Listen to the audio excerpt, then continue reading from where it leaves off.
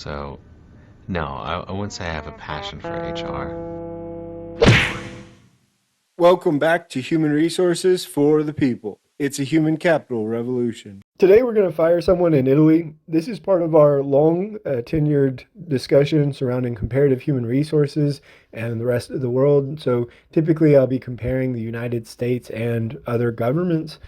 So today we'll talk about firing someone in Italy. It'll start off with whether or not you could terminate a person for any reason. Now, in Italy, during the notice period, you're able to terminate for the trial period, that you're able to terminate for any reason, white collar, blue collar, etc. But after the end of the trial period, and I believe that this is dependent upon the contracts, which we don't have in the United States. We don't have contracts. But during the trial or at the end of the trial period, you can do cause for termination because of something that like is gross misconduct, as well as repeated violations of less serious breaches, and finally, objectively justified grounds relating to the production of work, which means that you can lay people off, of course. And so, in addition, they do have a requirement based on the CBA. So employment contracts executed with executive level employees are governed by specific rules set out by the collective bargaining agreements applicable to that category of the employee. And so, executive dismissal is justified whenever it relies on reasons that are not false, arbitrary, discriminatory, or unfounded. And so you can really fire an executive, as much as you want, as long as it's not based on a lie, which I don't know. I think that opens up for all sorts of problems. But let's move on to when termination or when a notice needs to be given. Employees are required to receive a notice within a collective dismissal procedure when they're dismissed on justified grounds, when they've been fired for employee absences, as well as being fired for professional unsuitability. And in those scenarios, the employer can exempt the employee from working during the notice period. So they can pay it out, and you have to pay out the notice period per the applicable CBA. And so ultimately, a lot of Italian labor law just sort of goes to the CBA. As opposed to specific laws, it just sort of defers. The unions are fairly strong in Italy, and as a result, they decide to defer to them.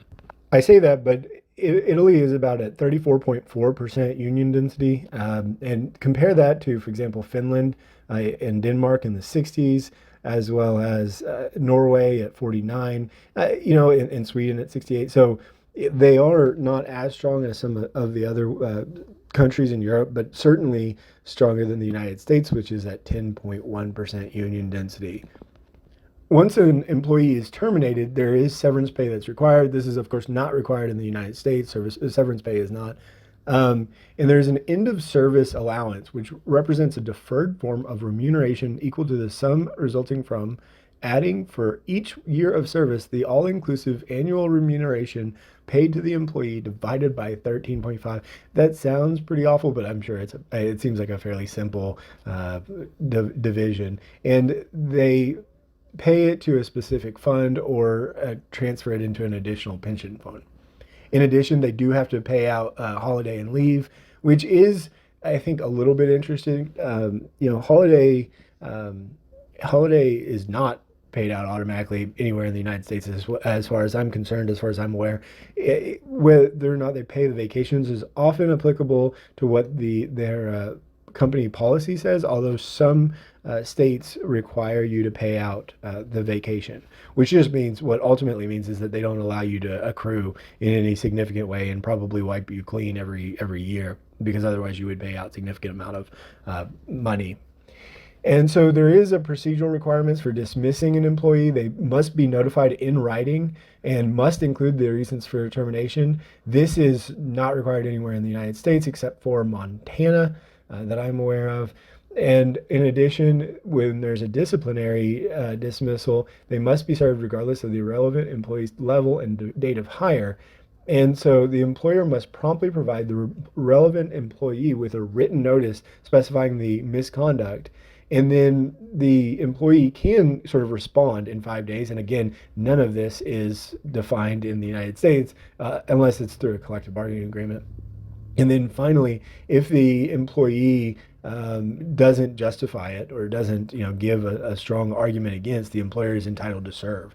So unlike a few communist states, for example, where you have to go in front of a labor board, that is not required in Italy. Uh, Employees are protected from dismissal if for the following reasons, discriminatory reasons. And I think this is always interesting. The discriminatory reasons listed are political views, religious beliefs, race, nationality, citizenship, language, gender, disability status, age, sexual orientation, personal opinions, affiliation with trade unions, or participation in strikes. Those, I mean, it's mixed from state to state. Some of those are federal in the United States, but for example, personal opinions or affiliation with trade unions are, well, trade unions, personal opinions are protected in some states and not protected in others, for example. In addition, employees, you cannot terminate someone based upon their marriage, which is interesting. I've never seen that as one. And also, female employees during the period beginning the pregnancy and the date on which the child turns one. So you can't fire a female employee for, roughly a year and 9 months. So 21 months. We have FMLA. It protects you right for 480 hours. This one also protects male employees, which I have not seen yet, and I think that that's interesting. I'm sure it exists elsewhere, but I have not seen that protection of paternity leave. And much of them are based on paternity leave. There's again another one that it's illegal to fire if it's grounded on a request for completion of parental leave or leave due to a child's illness that was taken by the dismissed employee. And finally, orally served, so you can't just tell them in person. You can't rely on unlawful grounds, as well as any other invalidity contemplated under Italian law. They do have rules in place for mass terminations, just like the WARN Act. When they're firing more than 5 employees, they have to notify the works councils in advance, and as well as all trade unions, which is generally required under collective bargaining agreements in the United States. You also have to send a notice to the labor office and tell them the reason, the number, and the production related grounds. That isn't required in the United States under the WARN Act. It's a little nosy and doesn't make a lot of sense. In addition, you must meet with the works councils or trade unions if they ask. And then finally, if they do have a meeting, if they disagree, if the trade unions and the employer disagree, then they will go in front of a labor office. So that is a little bit, ours in the United States, it's subject to the collective bargaining agreement, of course. So let me know what you think in the comments down below. I really enjoy reviewing labor laws from around the world. I think that it's an interesting insight, and quite often the laws around the world are not as strong or as stringent as the United States. But let me know what you think in the comments down below. Like, share, and subscribe, and we'll see you on the next video. Bye, guys.